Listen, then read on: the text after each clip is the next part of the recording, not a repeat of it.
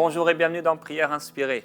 Hier, on a vu ensemble, on a parlé de la foi et on a vu que le peuple de Dieu était appelé à être un peuple de foi, que Dieu, ce Dieu invisible, fonctionnait à travers notre esprit est invisible et Dieu nous appelle à ne pas fonctionner selon la vue, les choses qu'on voit, mais à percevoir les choses par la foi, à les recevoir d'abord par la foi et à les matérialiser à travers notre foi. Dieu cherche la foi. On a vu, Dieu est un Dieu qui cherche la foi lui est agréable. Et depuis déjà plusieurs jours, on a parlé de la foi, de cette foi qui est nécessaire, primordiale pour l'enfant de Dieu. C'est tellement important. Et hier, je vous ai partagé donc sur ce fait d'avancer sans savoir où nous allons. Parfois, ça crée des peurs chez les uns, chez d'autres, ça crée des doutes, peut-être de la confusion et peut-être un manque de confiance en Dieu. Mais je vous ai encouragé hier à faire confiance à Dieu. Il est important de faire confiance à Dieu, d'avoir confiance en Dieu et de croire que même si nous ne voyons pas à l'avance les choses qui sont devant nous, Dieu est au contrôle. Dieu règne et vous pouvez le déclarer régulièrement sur votre vie. Merci Seigneur parce que tu règnes dans ma situation. Et je déclare au nom de Jésus-Christ que Dieu règne dans ma situation. Dieu règne dans mon corps, Dieu règne dans mon esprit, Dieu règne dans mes pensées, Dieu règne dans mon imagination, Dieu règne dans ma maison. Dieu règne en moi. Et là, vous pouvez commencer à imaginer le règne de Dieu qui s'installe dans votre vie. Commencez non seulement à l'imaginer, mais à le déclarer avec foi et à voir Dieu commencer à régner dans toutes les dimensions de votre être, dans toutes les dimensions de votre vie. Aujourd'hui, nous allons parler de faire une brèche par notre foi et d'obtenir notre promesse. Et je crois qu'aujourd'hui, une femme va tomber, elle ne va pas tomber par terre, mais je crois qu'elle va tomber enceinte. Il y a quelqu'un qui cherche un enfant, à avoir un enfant, et je crois qu'aujourd'hui, c'est pour vous le jour de votre miracle. Gloire à Jésus-Christ. Dans Genèse au chapitre 38, on va parler ensemble d'une histoire assez originale. C'est une histoire, je ne pense pas avoir déjà entendu parler sur ça dans une prédication.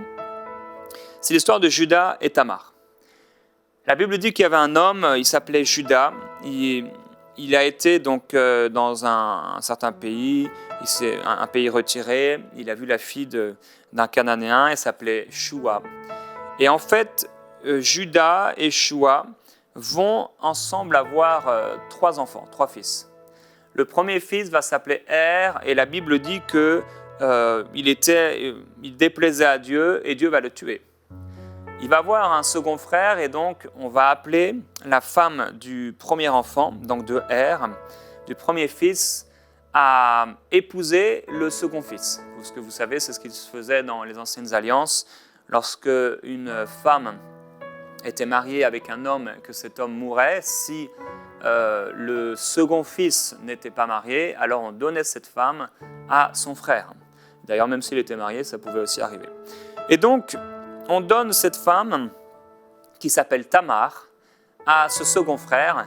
Et la Bible va nous dire quelque chose. Donc, au verset 8, le père va dire donc, va vers la femme de ton frère, épouse-la comme beau-frère et suscite une descendance à ton frère.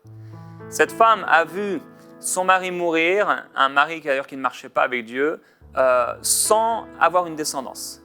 Et dans le cœur de cette femme, elle a vraiment un désir, une volonté, c'est qu'elle veut un enfant. Et on comprend. En tant que femme, le fait d'avoir un enfant, le fait de désirer un enfant, c'est déjà dans le cœur de l'homme, mais je crois encore plus dans le cœur de beaucoup d'épouses, beaucoup de femmes.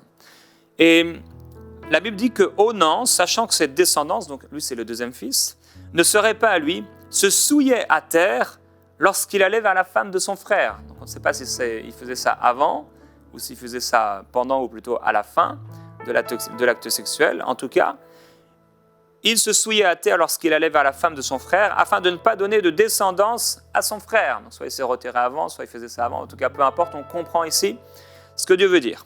Ce qu'il faisait était mauvais aux yeux de l'Éternel, qui le fit aussi mourir. Et on peut imaginer, dans le cœur de cette femme, qu'est-ce que ça produisait. Bon, le fait d'être donné à l'autre, à un autre frère, je ne pense pas que c'était un choc parce que culturellement, c'était très, très, très, très établi. Mais peut-être quand même quelque part, déjà, c'était difficile à vivre.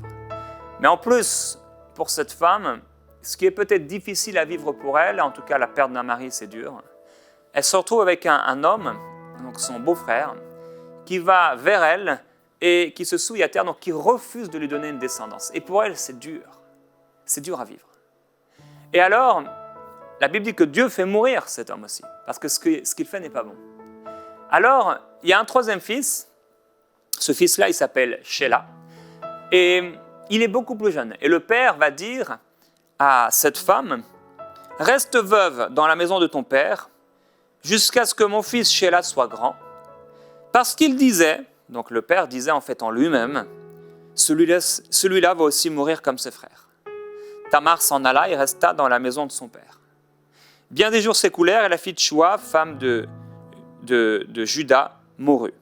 En fait, les parents ne voulaient pas donner donc, à cette femme le troisième fils.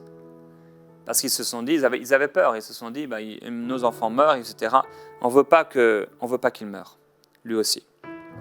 Et donc, la Bible dit que la fille de Shua, femme de Juda, va mourir, une fille.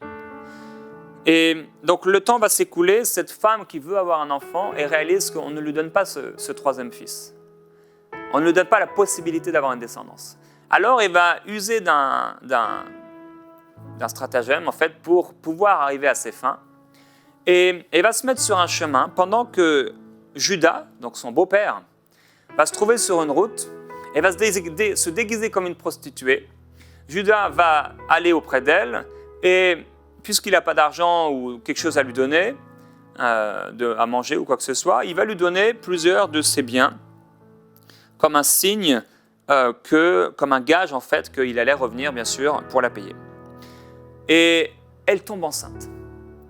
Elle tombe enceinte, et bon, il y a des gens qui vont dire, voilà, il y a une femme qui s'est prostituée. Le père, donc Juda, ou plutôt le mari Juda, va donc demander qu'on la lapide. Et elle va dire, voilà, j'ai couché avec l'homme à qui appartient ces choses. Donc il y avait plusieurs choses qui étaient à lui, le bâton, etc. Et l'homme va réaliser, voilà, en fait, c'est moi qui suis allé vers ma belle-fille.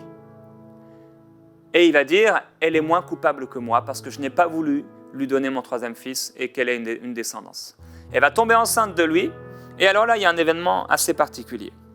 Si vous n'avez pas trop bien compris les détails, vous pourrez relire dans Genèse au chapitre 38.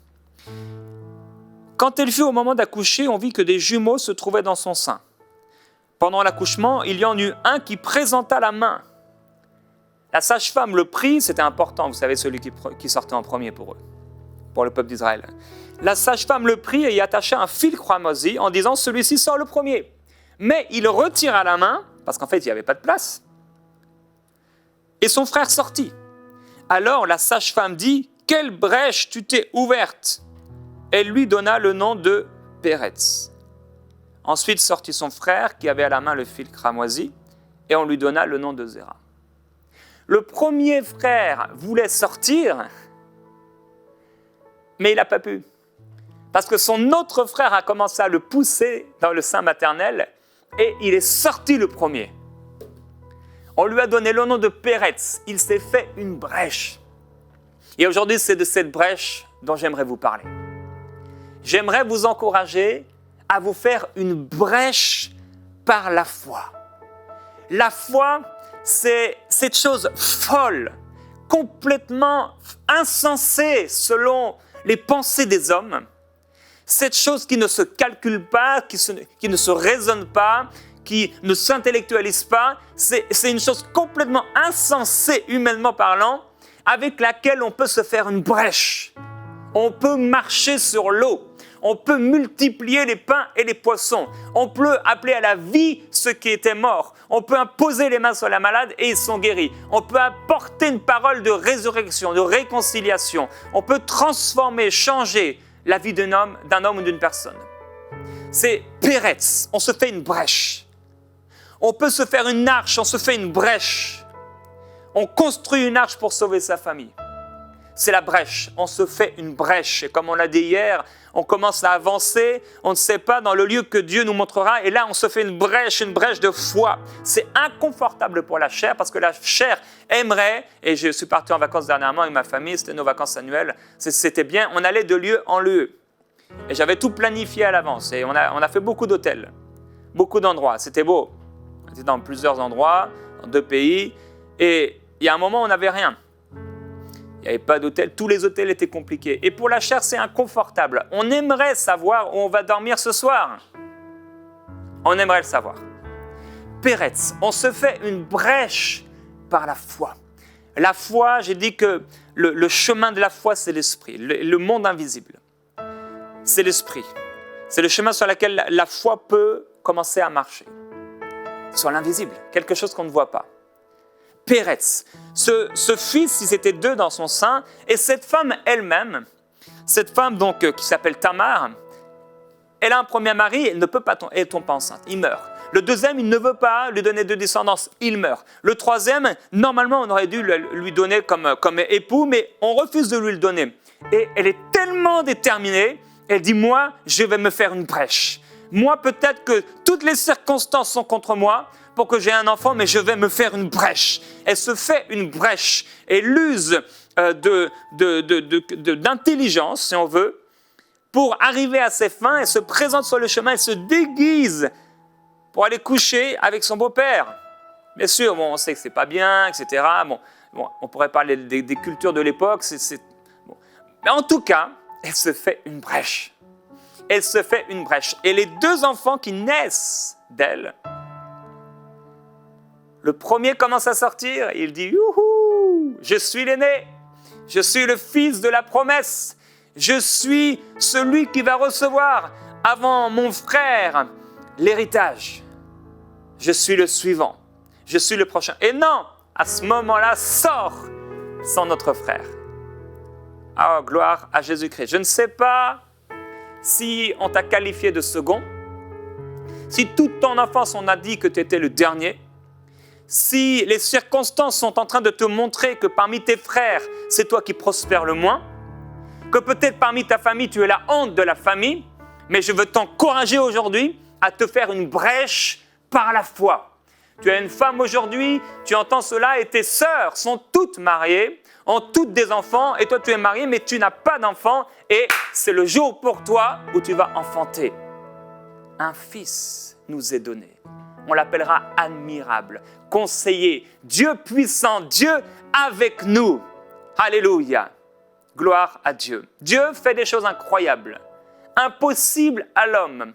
La Vierge enfantera un fils, on l'appellera du nom d'Emmanuel, Dieu avec nous. Ô toi à qui une grâce a été faite. Alléluia. Quand Élisabeth s'est approchée d'elle, elle a senti en son sein une joie indescriptible, extraordinaire. Elle a senti, et tu vas sentir, ma sœur, dans ton sein, cet enfant qui va grandir en toi, et il va bouger, et tu vas sentir, et tu vas voir sur ton ventre sa main, son pied. C'est la puissance de Dieu. Tu vas te faire une brèche par la foi. Cette femme s'est fait une brèche par la foi. Et son propre enfant, à l'intérieur d'elle, s'est fait une brèche pour sortir le premier. C'est la foi. C'est la foi. Gloire à Jésus-Christ. Je suis béni par cette parole. Genèse au chapitre 25. Isaac supplia au verset 21 l'Éternel en faveur de sa femme car elle était stérile. Et vous savez d'ailleurs, c'est assez intéressant pour vous parce que peut-être qu'il y a aussi une parole et tout à l'heure en la donnant, je sais et je réalise qu'il y a aussi plusieurs parmi vous, vous êtes une femme, toutes vos sœurs sont mariées, ont des enfants, mais vous, non seulement vous n'avez pas d'enfants, mais vous n'êtes pas mariés. La Bible dit que Isaac était âgé de 40 ans quand il prit pour femme Rebecca. Isaac, celui dont on parle tout le temps, il n'avait pas 19 ans. Il n'avait pas 20 ans comme moi, je me suis marié à 20 ans. Il n'avait pas 22, 25 ou 30 ou 37 ou 39, il avait 40 ans. Il avait 40 ans. Et pourtant, sa descendance était plus nombreuse que le sable qui est au bord de la mer ou que les étoiles des cieux. Vous savez que le fils qui est sorti, Tamar, Péretz, il est dans la descendance, dans la généalogie, de Jésus-Christ. Il s'est fait une brèche. Alléluia. Tu peux te faire une brèche. Comme il s'est fait une brèche, il s'est dit, mais moi, peut-être je n'allais pas être dans la généalogie de Christ, mais je me fais une brèche. Oui, mon nom sera écrit dans Matthieu chapitre 1. Mon nom sera écrit dans les évangiles. Je serai dans la généalogie du Christ. Et il s'est marié à 40 ans. La Bible dit qu'il supplia l'Éternel en faveur de sa femme. Elle était stérile. L'Éternel entendit sa supplication. Sa femme Rebecca devint enceinte. Les exemples sont si nombreux dans la parole de Dieu. Il y a aussi certainement quelqu'un aujourd'hui qui écoute et qui est stérile, mais le Seigneur va faire un miracle dans ton esprit. Les enfants se heurtaient dans son sein. Et elle dit, qu'est-ce qui m'arrive? Ou encore, pourquoi cela m'arrive-t-il? En fait, elle a cru, quand ça s'est passé, que c'était une malédiction. Elle a cru que ce qui lui arrivait, c'était comme une malédiction. Elle s'est dit, mais pourquoi ça m'arrive? Si ça vient de Dieu, pourquoi ça m'arrive? Elle alla donc consulter l'Éternel. Et Dieu lui dit, mais il y a 2 nations qui vont sortir de ton sein. Ce qui paraissait être une malédiction est en fait devenu une bénédiction. Et la Bible dit qu'au terme de sa grossesse, on vit que des jumeaux se trouvaient dans son sein. Parfois, on a l'impression d'être sous une malédiction, alors qu'en réalité, cette malédiction, c'est ce qu'on pense, cache une double mesure de bénédiction. Une double bénédiction. Il y a des situations qu'on traverse, et ce qu'on traverse parfois, c'est difficile, c'est mauvais, et on se dit, Seigneur, pourquoi? On est comme elle, on vient vers Dieu, mais Seigneur, pourquoi si tu es avec moi, pourquoi cela m'arrive? C'est ce qu'elle a dit, qu'est-ce qui m'arrive? Mais elle a eu la bonne sagesse d'aller voir Dieu pour lui parler de ça. Il y a des situations que vous rencontrez, il y a des choses difficiles que vous avez autour de vous, mais Dieu dit, cela, je le transforme en bénédiction pour toi. Des choses que vous vivez à l'intérieur de vous, mais par la foi, vous dites, non, je vais me faire une brèche et je vais obtenir ma promesse. Ça, c'est la puissance de Dieu. Il y a une femme qui s'est approchée de Jésus-Christ. Elle n'avait aucun droit, selon la loi, de recevoir la réponse à sa prière. Sa fille était cruellement tourmentée par des démons et pourtant, lorsqu'elle s'approche de Jésus-Christ, c'est la seule fois où on voit Jésus se taire alors que quelqu'un s'approche de lui. Oui, parfois, on a vu un aveugle qui criait, Jésus continue à avancer. Mais ici, elle est dans la maison. Et Jésus ne dit rien. Imaginez, il ne dit rien. Et alors, elle continue. Seigneur, aie pitié de moi. Ma fille est cruellement tourmentée par des démons. Et alors, Jésus, cette fois-ci, il ouvre la bouche, mais pas pour la bénir. Il dit, j'ai été envoyé qu'aux brebis perdues d'Israël. Waouh, le maître a parlé. Oh, bon, si le maître a parlé, c'est trop tard, je vais partir. Si les circonstances ont parlé, eh bien, c'est trop tard, je m'en vais. Non! Elle dit, Seigneur, viens à mon secours. Mais Jésus continue. Il n'est pas bien de prendre le pain des enfants et de le jeter aux petits chiens. Oh! Qu'est-ce que c'est dur! C'est comme une insulte. Seigneur, Seigneur, pourquoi tu ne fais rien pour moi? Seigneur, tu n'as pas l'air d'écouter mes prières. Seigneur, ça fait 10 ans que je te demande. Seigneur, Seigneur. Elle continue, elle persévère. Et elle répond, oui, Seigneur, tu as raison. Elle sait qu'elle ne mérite rien. Elle sait que par elle-même, elle est pécheresse. Elle sait qu'elle ne mérite pas le sang de Jésus-Christ. Elle sait qu'elle ne mérite pas sa promesse. Elle ne mérite rien. Et elle dit, pourtant, les petits chiens qui sont sous la table mangent les miettes qui tombent de la table de leur maître. Et je les ai dit, oh femme, ta foi est si grande. Ta foi est si grande. Oh femme, ta foi est si grande. Quand les circonstances ont l'air de parler contre toi, fais-toi une brèche. Confesse la parole de Dieu. Déclare ce que tu crois être à toi. Peut-être tu es pécheresse. Peut-être tu as fait le mal, peut-être tu ne mérites rien, mais nous sommes plus que vainqueurs par celui qui nous a aimés. Il nous a donné les plus grandes promesses. Les plus grandes promesses. Non seulement la bénédiction d'Abraham, mais la bénédiction qui se trouve en Jésus-Christ. Il y a cette femme qui avait une perte de sang, elle s'est approchée dans la foule, elle s'est fait une brèche à travers la foule, elle a poussé les uns, elle a poussé les autres. Et si on avait vu le sang qui coulait, si on avait vu son vêtement et son vêtement trempé de sang, on l'aurait lapidé sur place, on aurait essayé de le faire. Elle s'est fait une brèche, elle a touché le vêtement de Jésus. Ou peut-être que ce jour-là, elle avait mis, alors qu'elle perdait du sang, peut-être qu'elle avait mis plusieurs tissus pour qu'on ne voit pas. Elle s'est fait une brèche. Oh, qui m'a touché? Jésus n'a rien fait. Mais elle a fait quelque chose. Alléluia. Il y a encore cet homme paralytique. Il était paralytique, il ne pouvait pas bouger. Mais il appelait ses amis. Oh, mes frères, mes amis, ne soyez pas comme les amis de Job. Mais vous, venez et portez-moi. Amenez-moi dans la maison de Jésus. On va passer par le toit. Et quand je vais descendre, et les frères, les amis, on dit non, c'est nous qui allons t'emmener, oui. Nous allons t'amener et tu verras. Oui, tu verras. Quand on va t'amener dans cette maison, tu seras guéri. Et certainement, ça venait d'eux, puisque Jésus dit, voyons leur foi.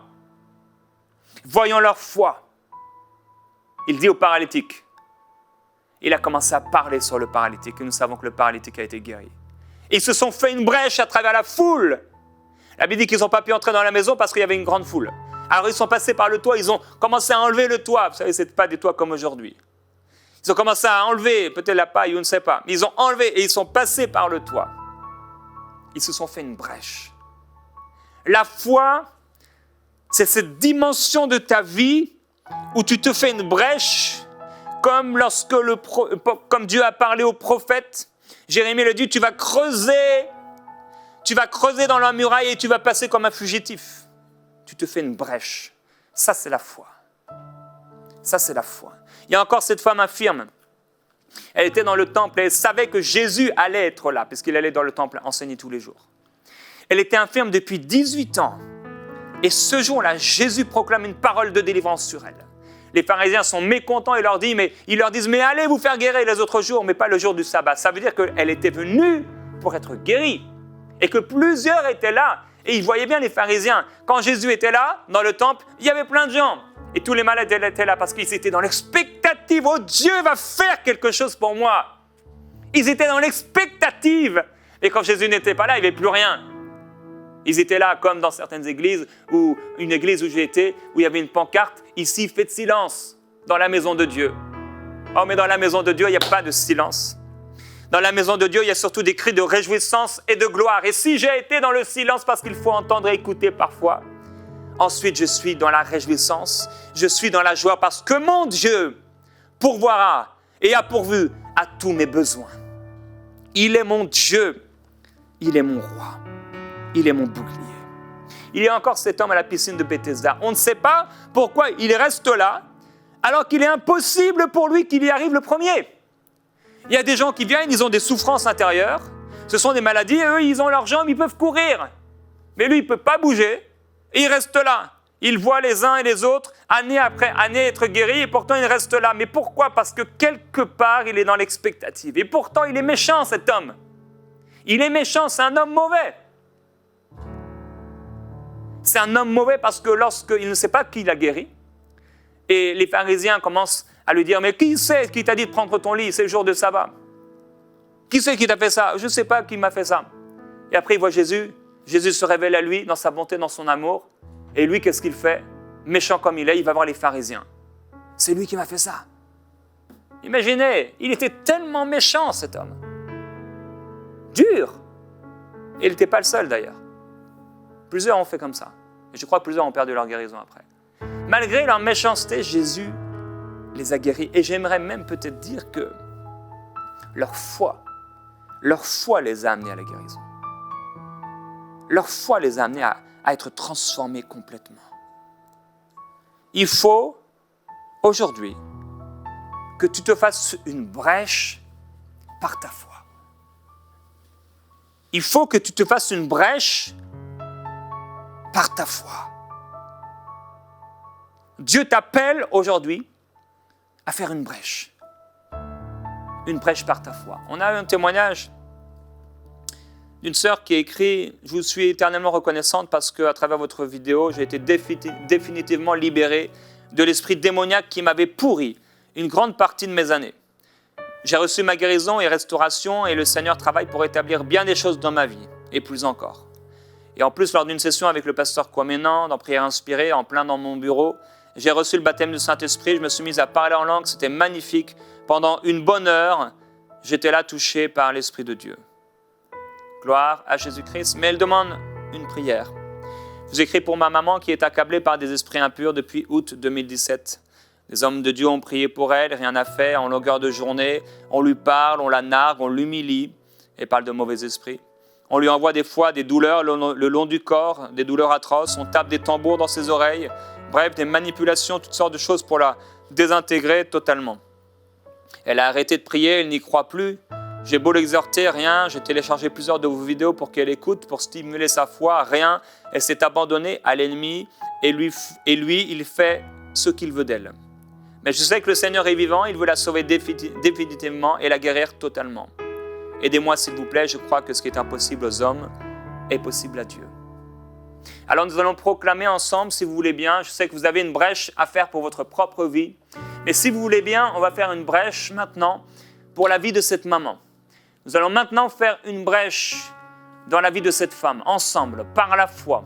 Et nous allons nous attendre à recevoir ce témoignage, le témoignage de la délivrance totale de la maman de Sylvia, au nom de Jésus-Christ. Maintenant, frères et sœurs, là où vous êtes, commencez à proclamer la délivrance de cette femme, de la maman de Sylvia, au nom de Jésus-Christ. Maintenant, esprit impur, vous qui vous êtes attachés et qui avez attaqué de la maman de cette femme, nous déclarons maintenant votre perte et je vous ordonne au nom de Jésus-Christ de quitter maintenant le monde de l'esprit cette femme. Maintenant, vous êtes terrassés et vous quittez cette femme. Au nom de Jésus, j'ordonne à tout esprit mauvais, toute source satanique, toute parole de malédiction qui a été donnée, prononcée contre elle, est maintenant réduite à rien. Je le déclare au nom de Jésus-Christ. Cette femme est libre, totalement libérée maintenant au nom de Jésus. Les douleurs s'en vont, tout va bien. C'est terminé dans le nom de Jésus-Christ. Maintenant, au nom de Jésus-Christ, elle est purifiée. Purifiée. Gloire à Jésus-Christ. Frères et sœurs, vous avez aussi une brèche à faire. Une brèche à faire dans l'esprit. Demain, on va continuer à partager ensemble, mais après-demain, jeudi et vendredi, on va passer ensemble 2 émissions, 2 temps de prière, où je vais être ici avec Gwen Dresser d'Hosanna, et on va juste passer du temps dans la présence de Dieu. Je ne vais pas enseigner particulièrement, mais nous allons prier ensemble. On va chercher la face de Dieu. Je voudrais vous encourager, plusieurs, vous pouvez commencer 3 jours de jeûne à partir de demain jusqu'à vendredi soir.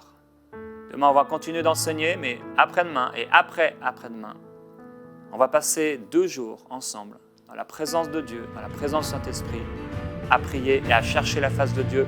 On va créer une brèche dans la prière. On se retrouve demain, frères et sœurs, dans Prière Inspirée.